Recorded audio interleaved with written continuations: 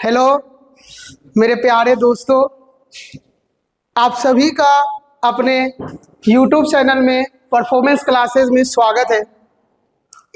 आज हम लोग दूसरा चैप्टर पढ़ने वाले हैं। जो इसका पहला चैप्टर हम लोग पढ़ चुके थे और इसी का दूसरा चैप्टर हम पढ़ेंगे। रेनबो पार्ट 2 का पोएट्री वाला सेक्शन पढ़ रहे थे। ठीक, ये चैप्टर शुरू करने से पहले मेरा एक क्वेश्चन है आप लोगों से कि आप लोग में से जब ज़्यादा खुश होते होंगे तो आप लोग क्या करते थे? जैसे बोलिएगा, कुछ लोग दोस्तों से बात करते थे, कुछ लोग मतलब घूमते होंगे, या कोई डांस करता होगा, या कोई गाता होगा। तो ठीक इसी प्रकार ये वाला चैप्टर भी है, सॉन्ग ऑफ माई सेल्फ, जो वॉल्ट व्हिटमैन लिखते हैं। और ये भी खुद के लिए गाते हैं, मतलब दूसरे के लिए नहीं बल्कि खुद के लिए गाना गाते हैं। और यही चीज़ है, और ये अपने लाइफ में बहुत स्ट्रगल भी करते हैं।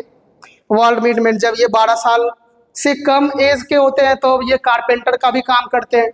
ठीक, प्रिंटर का, एडिटर का, ये सब का काम करते हैं ये। तो देखते हैं सबसे पहला चैप्टर ये सॉन्ग ऑफ माई सेल्फ। तो आते हैं इसका पहला, चलिए। सॉन्ग ऑफ माई सेल्फ जिनके राइटर है वॉल्ट व्हिटमैन, याद रखना है वॉल्ट व्हिटमैन है। और इनका जन्म याद रखना है, कब जन्म हुआ था? 31 मई 1819 में हुआ था। याद रखना है कि ये वाला डेट आपको याद नहीं रखना है, आपको सिर्फ ये याद रखना है, यही एग्जाम में आएगा। दूसरा याद रखना है कि इनका निधन हो गया था 26 मार्च 1892 में। इसमें आपको याद रखना है कि ये वाला नहीं डेट याद रखना है, आपको केवल ये वाला याद रखना है डेट। तो इन्हें एक यानी जाना जाता था, इन्हें जाना जाता था कौन से नाम से? तो पीपल्स पोएट के नाम, यानी जनताओं का कवि बोला जाता था इनको। वॉल्ट व्हिटमैन को क्या बोला जाता था? जनताओं का कवि बोला जाता था। देखिए, and the most individualist literacy figure of America, America का इन्हें क्या बोला जाता था? वहाँ का जनताओं का कवि बोला जाता था इनको। आप देखना है कि ही बिगन वर्किंग, क्या बोले थे? बहुत ही लाइफ में अपना ये स्ट्रगल किए थे। तो देखना है कि he began working as a carpenter, क्या बोले थे? कारपेंटर का भी काम किए थे ये। कब? 12 साल से भी कम एज में। जब ये 12 साल के भी नहीं थे तो ये काम अपना शुरू करते हैं। लाइफ में बहुत स्ट्रगल करते हैं ये। और देखना है कि देखिए, work as printer, teacher, editor and volunteer nurse. Sir volunteer nurse क्या होता है भैया, एक बार एक्सप्लेन कर दीजिए। ये सबको तो हमें पता है, टीचर ये पता है, प्रिंटर जो भी था, ये क्या होता है? तो ये होता है, याद रखना है कि बिना स्वार्थ के आप कहीं पे भी कोई भी चीज करते बिना स्वार्थ का, बिना वेतन का, यानी सैलरी नहीं मिलता है उसमें, लेकिन आपका निस्वार्थ, बिना स्वार्थ के आप अगर कहीं भी आप सेवा दे रहे हैं तो उसी को बोलते हैं ये। तो ये बिना स्वार्थ के एक नर्स के तौर पे सेवा दे रहे थे। ड्यूरिंग किस दौर पे?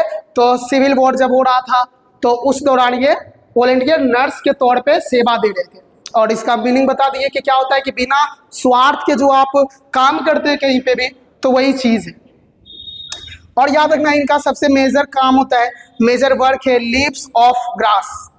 ये लीफ ऑफ ग्रास जो एक ऐसे होते हैं, ये जब ये पब्लिश होता है ये बुक, तो ये खुद के पैसे से पब्लिश करवाते हैं। 1855 में ये करवाते हैं और खुद का पैसा ये अपने पॉकेट से देते हैं। कोई भी पब्लिकेशन का इस्तेमाल नहीं करते हैं वो, और खुद का पॉकेट से पैसा जाता है और वो अपना काम करवाते हैं। एंड ड्रम टेप, ये भी ड्रम टेप जो है याद रखना, ये 1866 में, ये डेट आपको याद रखना दोस्तों। और यही पहला पब्लिश किए थे ये, जब ये अपने जेब से पैसा लगाए थे इसमें अपने जेब से ये पैसा लगाते हैं। तो देखिए कि व्हिटमैन फर्स्ट पब्लिश कौन सा, क्या बोले? First publish leaves of grass, पहला बुक था इनका। और इनके वजह से इन्हें यही काम के वजह से इन्हें ऑब्सेंस बोला गया। ठीक, ऑब्सेंस इसलिए बोला गया कि इसको बोलते हैं अश्लीलता वाला। तो इन्हें ये बोला गया कि ये चैप्टर में आप ये बोले तो अश्लीलता वाली बात होगी, तो इस वजह से इन्हें बहुत मतलब स्ट्रगल करना पड़ता है यहाँ भी इसको। और ये जब अपने से करते हैं तो इन्हें इसके वजह से इनको जॉब छूट जाता है, ये चीज़ के वजह से। जहाँ पे ये काम करते हैं वहाँ से निकाल दिया जाता है। कि आप अश्लीलता वाली बातें फैला रहे हैं, जो कि सोसाइटी वगैरह में ये मतलब कि ऐसा आप कोई समाज में रह रहे हैं जहाँ पे उसके खिलाफ कोई भी चीज़ हो, यानी तो इसी को बोलते हैं अश्लीलता वाली चीज़ें। तो वही पहली बार में इनको वर्ल्ड विडमेन को बोला गया। और ये याद रखना है दोस्तों कि अपने पैसे से ये पब्लिश करवाए थे, अपने पॉकेट से पैसे से दिए थे। बस आगे देखना है कि इन्हें फिर बाद में जब ये डेथ हो जाते हैं, यही याद रखना है कि इन्हें तो पहली बात है कि ये उसके लिए तो बोला दिया गया कि अश्लीलता वाली चीज़ें हैं तो पब्लिश नहीं होगा। जब पब्लिश भी होता है तो इनको जॉब छोड़ना पड़ जाता है, जॉब छूट जाता है इनका। और बाद में अमेरिका इन्हें अप्रिसिएट भी करता है, प्राइज भी देता है। लेकिन एक चीज़ याद रखना है, मरने के बाद, जीते जी इनको नहीं मिलता है। इनको मिलता है कब? मरने के बाद वो रिस्पेक्ट और सम्मान मिलता है जो जीते जिंदगी में नहीं मिलता है इनको। देखना है यहाँ पे, ये खुद के लिए गाते थे, ये बस बोलते थे जैसे हम लोग अभी क्या करते हैं कि फोन में रहते हैं, रील्स देखते हैं, ये सब काम में बिजी रहते हैं। पर वो बोलते थे कि खुद के लिए एक बार टाइम निकाल के बैठ के देखो और अच्छे से अकेले में बैठ के देखो। तो वो खुद के लिए सेलिब्रेट करते हैं कि अपने लिए वो सेलिब्रेट करते हैं, किसी दूसरे के लिए नहीं लिखते हैं। कि जैसे पहला चैप्टर हम लोग पढ़े थे तो अपनी पत्नी के लिए वो लिखे थे, लेकिन यहाँ पे क्या है कि ये खुद के लिए लिखते हैं, खुद के लिए गाते हैं। तो देखिए क्या बोलते हैं कि आई सेलिब्रेट,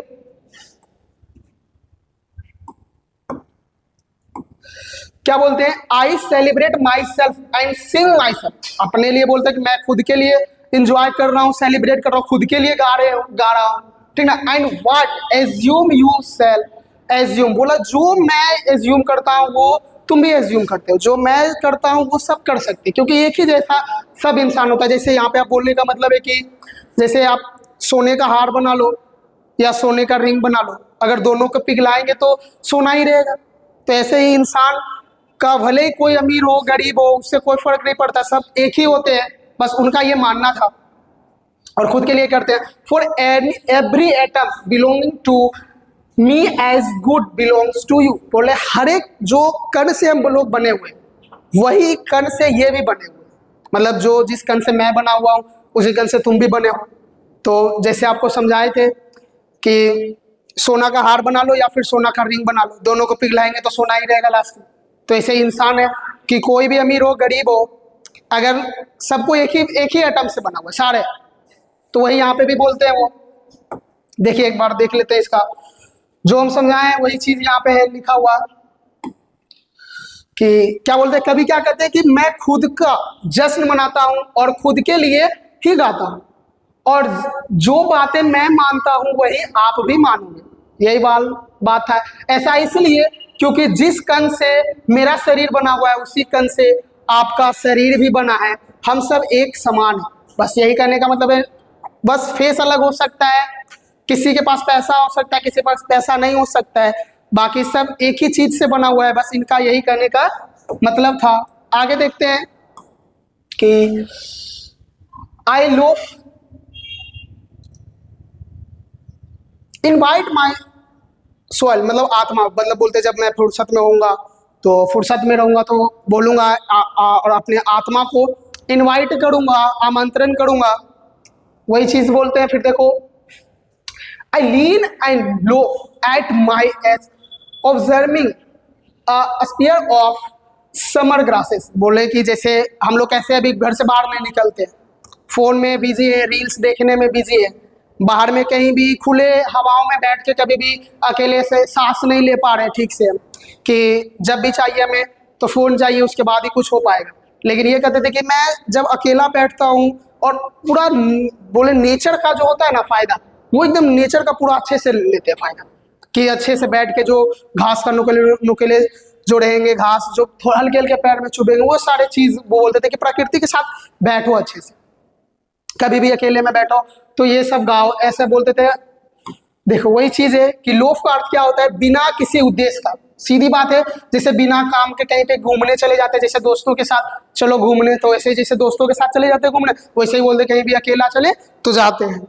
देखता है फिर बिना किसी उद्देश्य के कभी कहते हैं कि मैं आराम से भटकता हूं और अपनी आत्मा को आमंत्रण करता हूं, मतलब कहीं भी मतलब जाते हैं आसानी से और कहीं भी बैठ जाते हैं, उसी के दौरान ये बोलते हैं मैं बिल्कुल आराम से झुकता हूं और गर्मी के मौसम की घास की नुकीली नोक को ध्यान से निहार रहा हूं। मतलब प्रकृति का बोलते हैं जो लेना मजा अच्छे से, नेचर का, वही वो करते हैं। लेकिन हम सब क्या करते हैं, फोन में बिजी है, रील स्क्रॉल करने में बिजी है। चलो देखो, बोल रहे हैं अगला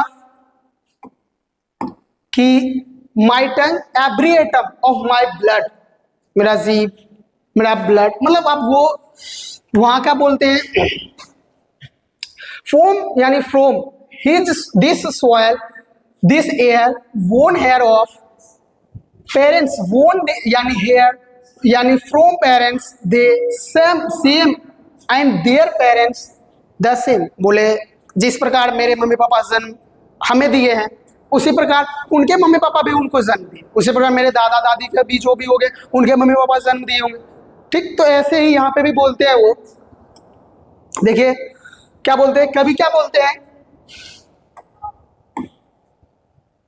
कभी कहते हैं कि मेरी जेब और मेरा खून एक एक कण इसी अमेरिका की मिट्टी से बना है। यहाँ पे अपने जैसे आप बोल सकते हैं, यहाँ पे एग्जांपल आप लेना चाहते तो ये ले सकते हैं, पेड़ कितना भी ऊपर चला जाए लेकिन वो रहेगा तो मिट्टी में ही, कितना भी आसमान को छू ले पर वो मिट्टी से जुड़ा ही रहेगा। तो ऐसे यहाँ पे भी बोलता है कि जो वो अपने मातृभूमि से जो बोलते थे, अमेरिका से जो मातृभूमि को बोलते थे कि वहां से एक एक कण एक एक मिट्टी से मेरा यहाँ से बना हुआ है, वही चीज है। देखिए, और यहाँ की हवा से मिलकर जो बना हुआ है, मेरा जन्म यही अपने माता पिता से हुआ, उनका जन्म उनके माता पिता ने दिया होगा। ऐसे ही बोले मेरे दादा और उनके दादा दादी का भी जन्म यही जन्म हुआ था। यह पंक्ति उनके अपने मातृभूमि के लिए लगाव को दर्शाती है। सीधी बात है कि मातृभूमि का लगाव जो था वही दर्शाता है। अब याद रखना है दोस्तों, जब ये पोयम ये जब गा रहे होते, जब ये लिख रहे होते, तो उनका एज 37 का होता है, इतना याद रखना है। पूछेगा कि कितने एज था इनका, कितना एज था, तो इनका एज था 37। कि वो बोलते हैं कि मैं अब 37 का हो गया और अभी भी वो स्वस्थ थे, 37 के होने के बावजूद भी वो क्या है, स्वस्थ थे। देखना है आगे, यानी बीइंग होपिंग टू किस नो टिल डेथ, और बोलते हैं कि मरने तक मैं वैसा ही स्वस्थ रहूंगा जैसा मैं अभी हूँ। यानी 37 के होने के बावजूद भी ये स्वस्थ है। वैसे ही बोले कि मरते दम तक मैं ऐसा ही स्वस्थ रहूंगा। देखिए कभी क्या कहते हैं, देखिए कभी कहते हैं कि वो अभी कितने के 37, याद रखना है कितने, 37, और पूरी तरह से स्वस्थ हूं, परफेक्ट हूं। सीधा बोलते हैं, वह अपनी यह यात्रा और नई सोच की शुरुआत कर रहे हैं और क्या बोलते हैं कि आशा करते हैं कि मरते दम तक उनकी यह ऊर्जा, उनका यह जोश और सोच कभी नहीं रुकेगी और कभी नहीं खत्म होगा और ऐसा ही चलेगा। आगे देखते हैं कि वो बोलते हैं क्रीड एंड यानी स्कूल्स, जैसे भेदभाव जैसे हम लोग करते हैं, जाति का, ये इधर उधर का जो भेदभाव करते हैं, उससे रिलेटेड यहाँ पे लाइन बोलते हैं, returning back a while sufficed at what they are but never forget. वही चीज है। देखिए यहाँ पे क्या बोलते हैं, क्रीड का मतलब याद रखना है धार्मिक मानता है, जो बोलते हैं ना धार्मिक, जैसे जाते कोई भी धर्म से भेदभाव जो करते हैं। स्कूल्स का मतलब याद रखना है पुरानी विचारधारा जो हम लोग कर रखते हैं वो। कभी इसमें बोलते हैं कि धर्मों और पुरानी बातों को कुछ देर के लिए रोकते हैं, जैसे धर्म, जो मेरा ये धर्म है, आप तुम्हारा ये धर्म है, भेदभाव जो चलता है, वो बोलते हैं कुछ देर के लिए इसको साइड कर दो, कुछ देर के लिए इसको क्या कर दो, साइड कर दो। और फिर क्या बोलते हैं, वह इन सबको थोड़ा पीछे हटने यानी हट जाते हैं और समझते हैं कि इनकी अपनी एक जगह है, हालांकि कभी उन्हें पूरी तरह भूलते नहीं। यानी बोलते भेदभाव नहीं करना, सब मिलजुल के रहना है, यही उनका था यहाँ पे बोलने का मोटिव। देखे आई हर्बर फॉर गुड और बैड, बोला अच्छा बुरे का परख है। I permit to speak at every hazard nature without check with original energy, बोला मैं पूरे अच्छे से एनर्जी के साथ आऊंगा। देखें कभी अच्छे और बुरे दोनों तरह के विचारों को अपने अंदर जगह देते हैं। मतलब कोई भी इंसान हो, सभी इंसान के अंदर एक अच्छा और बुरा दोनों होता है, दोनों होते हैं, अच्छे और बुरे दोनों होते हैं। तो वो फिर क्या बोलते हैं कि और हर खतरे में सच बोलने की हिम्मत रखते हैं। कभी कोई भी गलती आप कर दें और झूठ कैसे बोलते हैं, बहुत खतरनाक से, हम ये नहीं किए वो नहीं किए, तो वो बोलते हैं हर एक सिचुएशन में सच बोलना चाहिए। वह यानी चाहते हैं कि प्रकृति यानी जो नेचर है अपने असली रूप और ऊर्जा के साथ बिना किसी रोक टोक के अपना काम करती है।